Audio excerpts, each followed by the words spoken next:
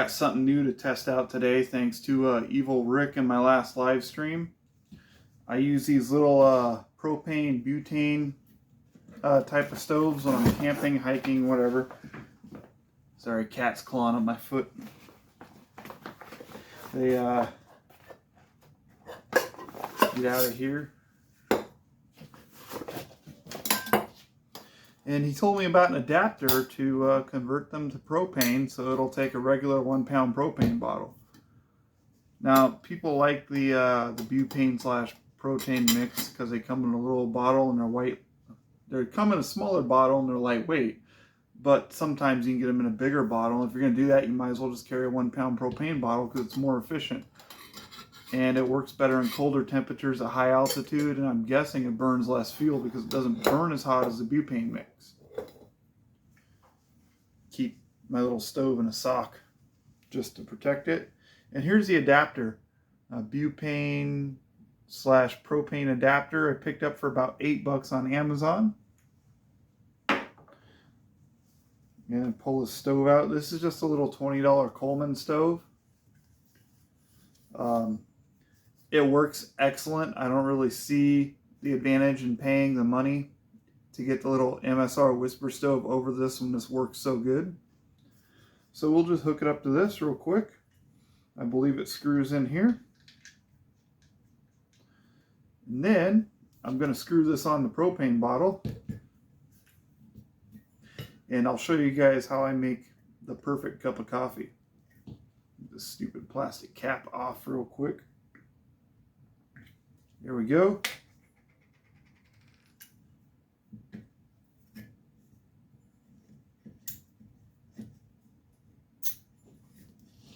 Screw this on. It seemed to want to go on. There we go.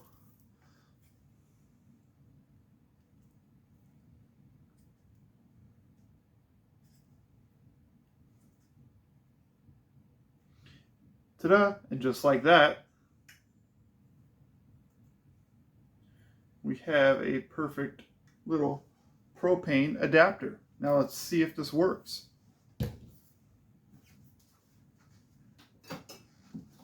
Forgot my lighter.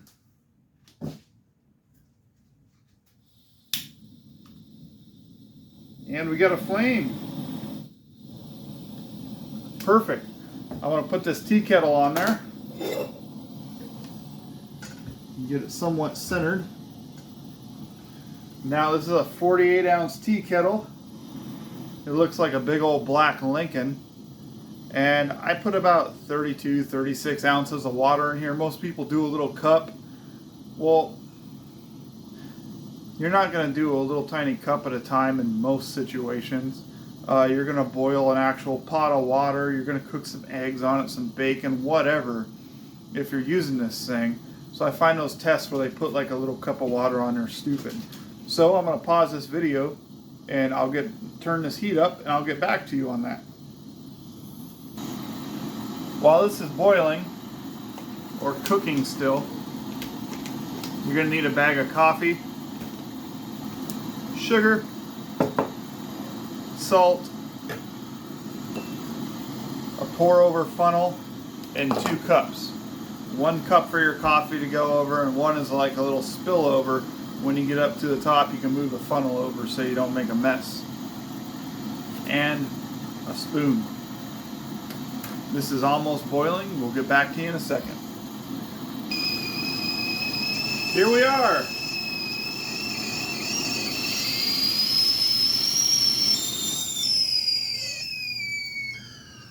And there we are. That took about 6 minutes actually. It's pretty quick, just as fast as boiling a single cup of water with one of them little propane slash butane burners. I was surprised how well this actually did. You can crank this all the way up to where it blasts a lot more propane, a lot hotter than the Coleman stove. This is surprising. So, let me get my little setup here, and I'll show you how I make the perfect cup of coffee. Alright, here we go. You take whatever coffee you're using. I like to do about 3 scoops. Now a lot of people put 3 to 3.5 in a whole pot, but when you're doing pour over, you want the extra coffee in there because it's going to push some of it up on the sides when you're pouring it in. And it'll be really strong. It'll be real smooth too. Not quite as smooth as a press, but pretty strong and smooth. My favorite way to make coffee. All right, I'm going to put about 1/4 of a spoonful of sugar in. The reason is a lot of coffee roasters these days, even the expensive ones, will over roast their beans. They roast their beans too fast and it gives it a bitter aftertaste.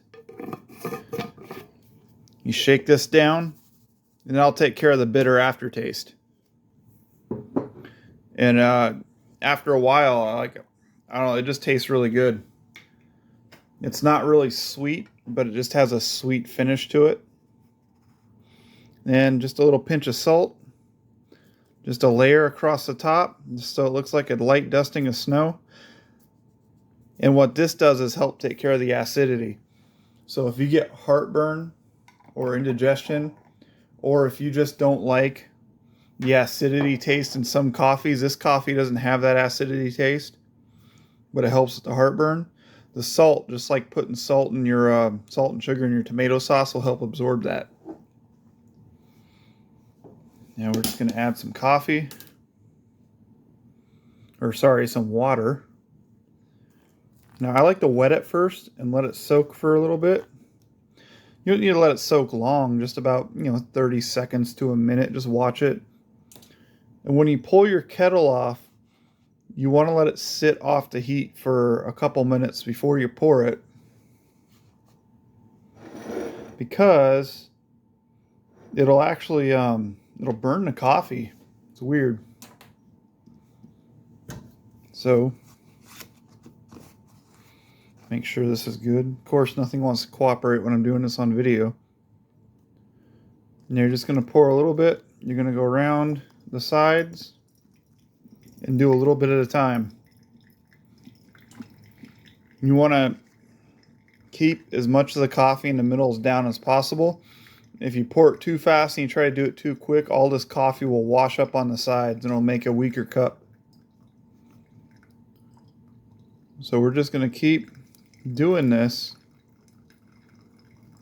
until, go about 1/3 to halfway. I wouldn't go any higher than that because then all your grounds will be washed up here. And we're just going to let it run down a little bit and add a little more as we go.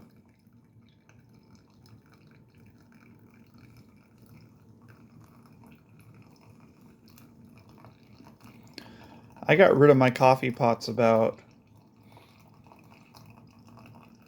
4 or 5 years ago, 2016, when I came back off my last deployment. I just stopped using coffee pots. I started using the presses. I started doing this. I started messing with other methods. And I found I like this the best. My second preferred method is with a press. But I really like pour over because it's strong, almost like espresso. But it doesn't have the ridiculously too strong of a taste.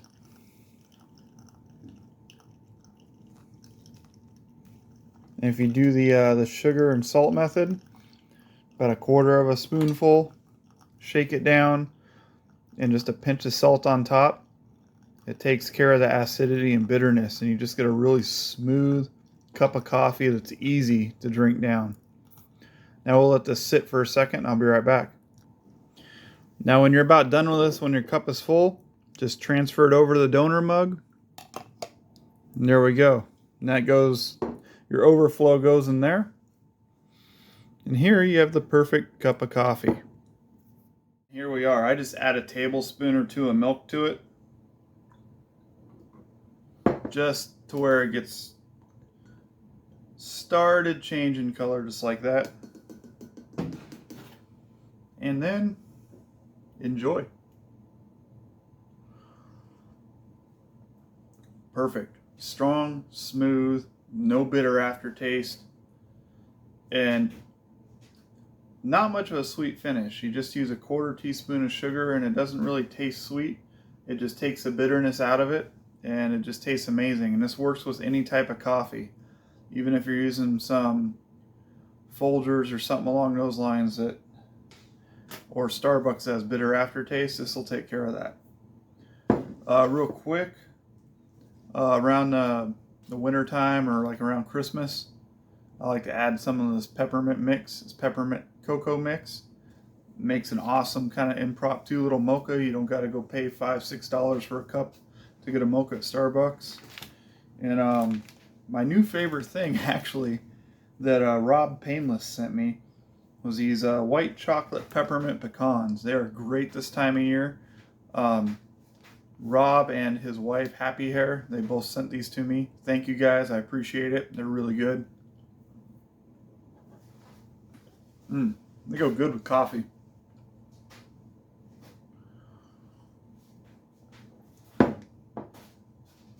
And there you have it. That was the butane propane adapter.